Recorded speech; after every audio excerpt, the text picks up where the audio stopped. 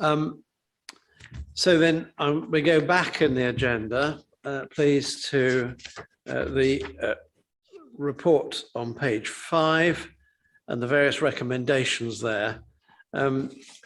So I'm just going to ask you, Zoe, if you'd like to take us through your report, and then we'll take questions subsequently. Thank you. The report itself is pretty much self-contained, and it reviews the projected or spent date and the projected outturn for 21-22, and then seeks to set the revenue estimates for 22-23.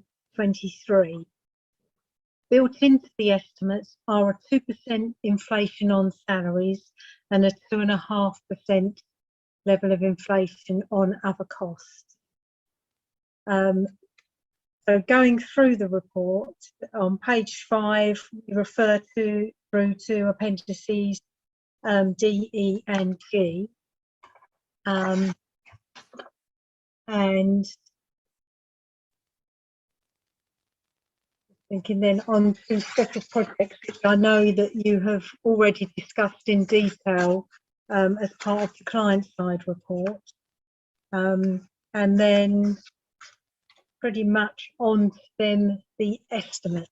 So Appendix A summarises all the information on subsequent appendices.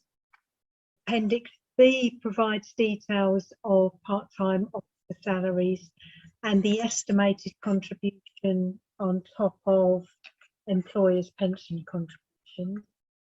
Then Appendix C breaks down the management and administration expenses charged to the board, and scheduled or Appendix C then details the repayments from or to both Merton and Sutton for the loan that was undertaken for the setting out of the area, I think back in 2013. And then Appendix E provide details of the rental income. Appendix F is the same as was presented in June, as we've got no further information. That will be updated with information at the June report. And then Appendix G provides a breakdown of the depreciation calculation. And then at Appendix 8 is the proposed fee charges from the 1st of April 22.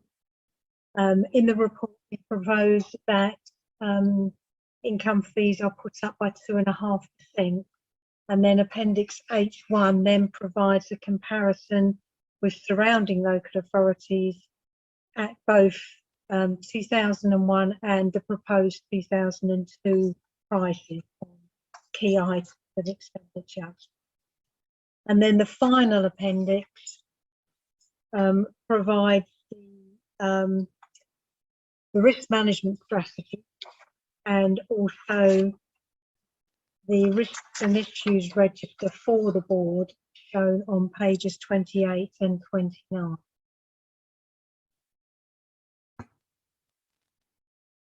Are there any questions? Sorry, thank you, Zoe.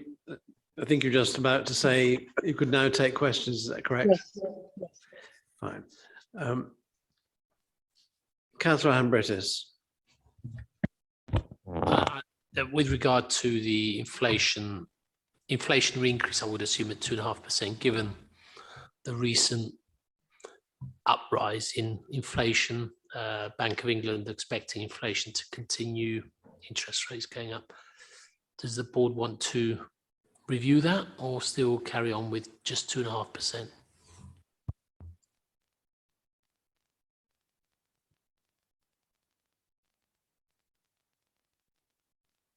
Comment from an officer's perspective.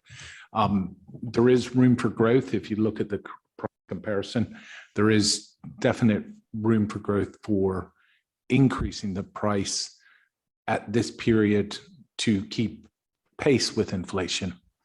And there is a concern of setting a lower rate inflationary increase, but that is the set rate at that period when we were reviewing the price. But the forecast is for a higher inflationary impacts If we are able to moderately increase fees this year, it will help us not have to increase fees dramatically in the future. So it would be a gentle leveling of fees rather than a spike later down the road. Thank you. Can I just clarify with Councillor Ambrittis? Maybe my mind wandered slightly. When you started to talk about the inflation rate, I thought you were commenting on the inflation in the estimates as distinct from the increase in our fees, whereas Mr. Bosley is referred particularly to the fees. So were you looking, was your comment only about fees, or was it was only about the fees? All right, well, perhaps we can come back to that then in a moment. In the past too, we've talked about the balance that we have, which is now sort of 1.3 million, and how we might possibly repatriate some of that if we were asked. I don't think we were really volunteering it, but maybe it should have occurred to me much previously, but now we have got that sort of balance, and I'm looking at the balance on the loans that we have from Merton and Sutton, which is about 300,000 less than our balance. Has any thought been given at officer level to whether or not early repayment of the loan would be appropriate? I'm not sure what interest rate that is. I'm sorry, I could just see that 3.47%. That was originally investigated, and when that was investigated, I think the feedback was that the Merton and Sutton would rather have a kind of reverse preset, because that money could then be used for revenue purposes, whereas if we repay the loan early, it would be treated as a capital receipt, and that would limit what the constituent authorities could actually do with the money once they received it. I'm happy with that answer. Are there any other questions to Zoe on the estimates? In which case, I'm just going to take the recommendations on page 5, kind of one at a time, especially as we may want to have some further discussion on recommendation 4. So do we note the current budgetary provision column? Yes, as noted. The revenue estimates on column 6 of the appendix. That there is no precept required. We come to fees and charges. Fun enough, I was going to ask how price sensitive we really think our fees are, because looking at, I think it's appendix H1 on page 19. No, it's not. Yes, it is. Sorry. Actually, Merton is sort of quite at the modest end, all right, albeit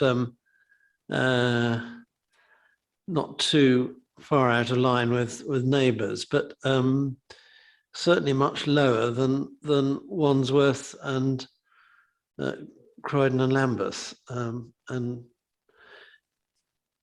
I personally do see the merit in ensuring that our fees are at an appropriate level, such that with inflation, as Mr. Bosley said, we don't then face hiking them by 10%, and then that could be price sensitive in a couple of years' time.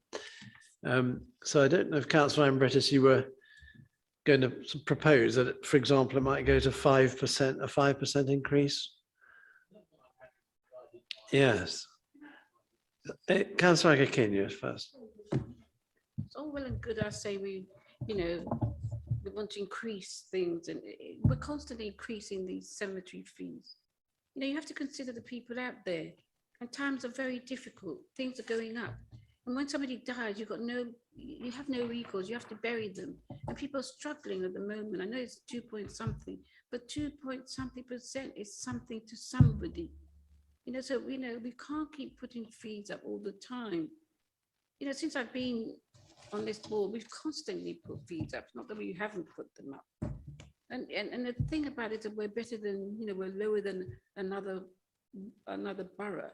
I find things like that ludicrous. We're supposed to do things for us, not because of other boroughs. We have to consider the people that we are looking after. So if we're going to do this, then we have to really consider, I think 2.5 is too much anyway. I would have done 1.5. I wouldn't have done any. But, I know people struggling. When it comes to funerals, it's a nightmare. You have to bury the person, and it's not cheap. That's my bit anyway.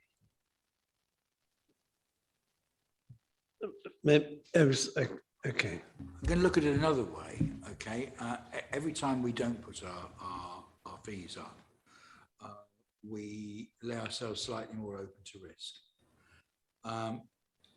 Obviously, I'm very happy with 2.5%, quite honestly, and I'm very, very happy that everywhere except Sutton, it's cheaper to die in Merton, quite honestly.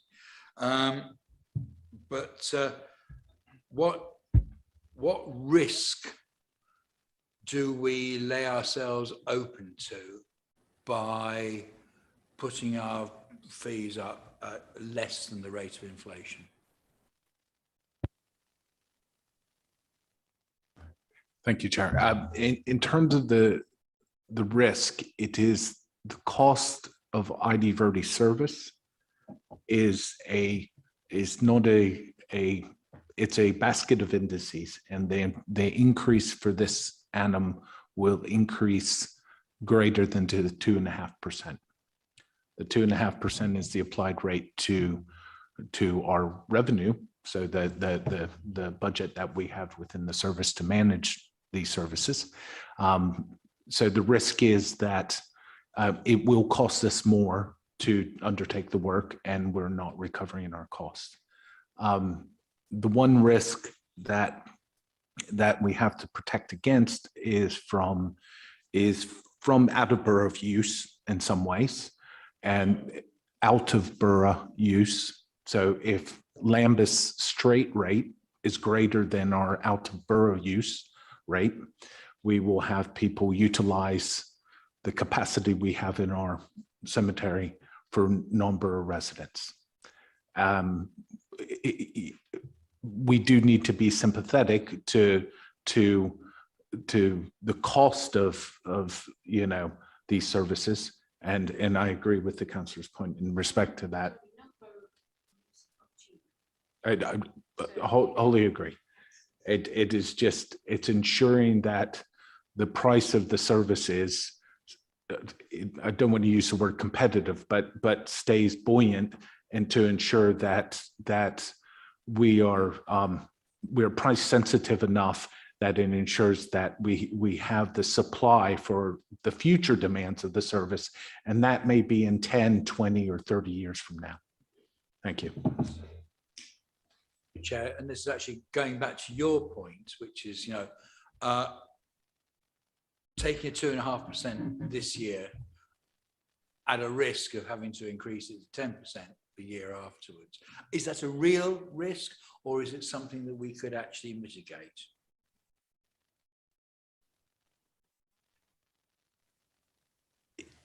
I think it is I mean, looking today at the oil prices increasing, I'm not a financial analyst. I don't purport to be one, but I would say if I could stare into my daughter's crystal ball, it is saying that inflation will increase.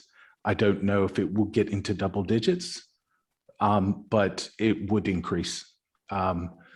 So it's how much we want to catch up next year or the subsequent years if we don't match inflation.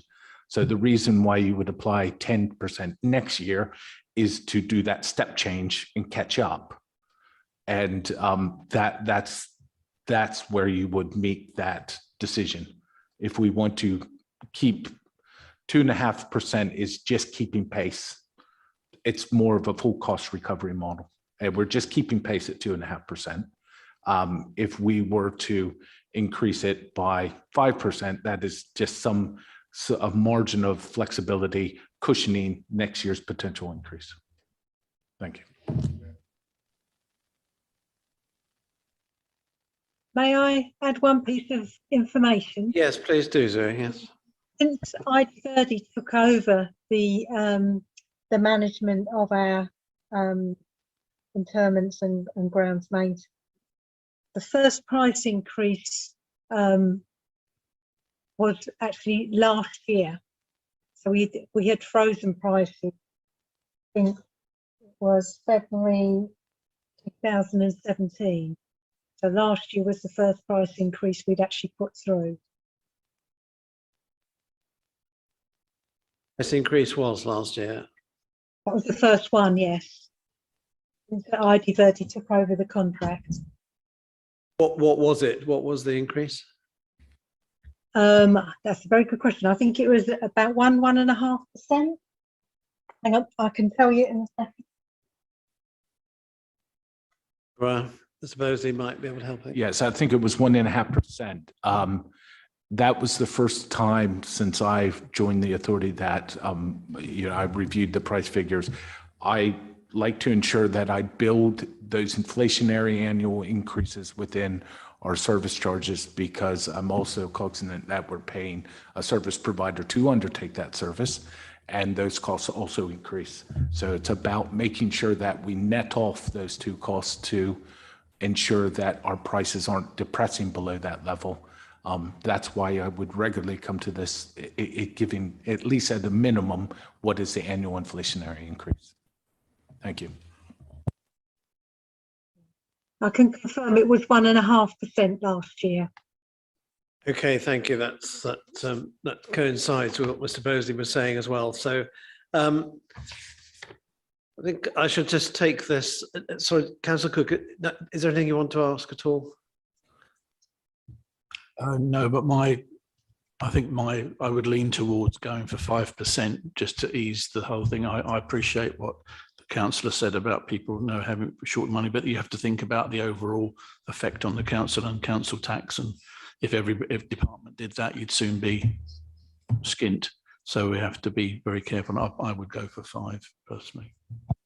Well, look, the initial recommendation was 2.5.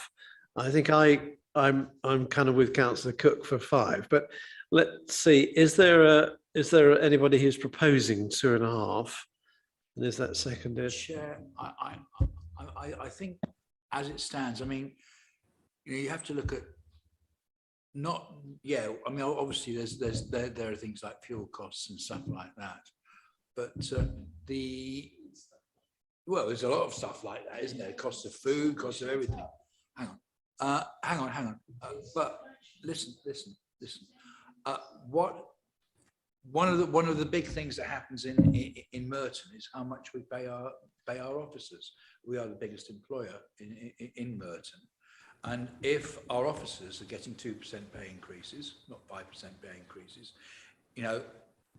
we should actually be thinking in terms of how much it's going to cost them when they die.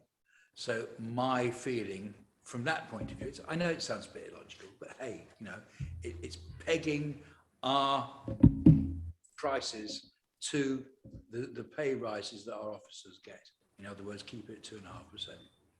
How about that? Well, I was trying to. I thought we'd actually had sort of contributions and debates. I was trying to move us to a vote. So I did say from the chair, the officers recommended 2.5%. Would somebody like to propose that? I propose that. Is that seconded? Councillor Kekenia seconds that. I'd like to put an amendment that we raise it to 5%. So I move that. Is that seconded? Thank you. So we'll put the amendment to the vote first, that from the 1st of April, we raise the charges by 5%. Those in favour of that, please show. It's 3. Thank you very much. Those against? 2. I put the motion as amended 5%. Is that agreed? Thank you. Thank you. And then we move to the fifth recommendation, that we review and approve the risk management strategy, which is Appendix I. It's the kind of document that those of us who look at risk documents are used to, with a matrix. Does anybody have any questions on it? Or Zoe did mention it in passing in her introductory remarks. Do you want anything further from her? No, I'm not seeing any nods. So are we happy to accept the risk matrix as provided in our papers? We are. That's good. That's agreed. In which case, I think that brings us to the end of the meeting. So thank you very much for attending in person. I think it's been useful to do that, actually, notwithstanding the fact that we had our problems with the technology to begin with. At least we've been able to contact Zoe, even if we're not out on YouTube, and you won't be able to look back in history and see my final meeting of the Cemetery Board. Indeed, getting close to my final meeting after 45 plus years on the council. But thank you for your attendance today, and have a safe journey home. Thank you, Chair.